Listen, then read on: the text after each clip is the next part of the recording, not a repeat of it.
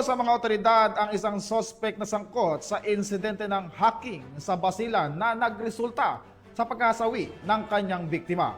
Tinutukan niya ni Patrolwoman Maricris Algabrel.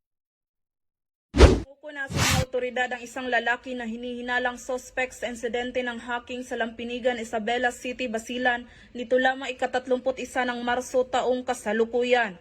Kinilala ni Police Captain Abdin P. Arasa, Chief of Police ng Lamitan City Police Office, ang suspect na si alias Jumal, 48 anyos na residente ng nasabing lugar. Siya rin ang itinuturing pangunahing suspect sa insidente ng hacking na naganap noong Marso 5, 2025 kung saan nasawi ang isang biktima na si alias Den.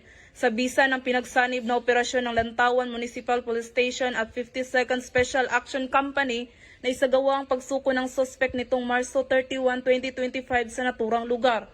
Samantala, nakatakdang isa ilalim sa extrajudicial confession ng suspect alinsunod sa rekomendasyon ng City Prosecutor at kasalukuyang nasa kustodiya ng Isabela City Police Office para sa kaukulang disposisyon at pagsasampa ng kaso.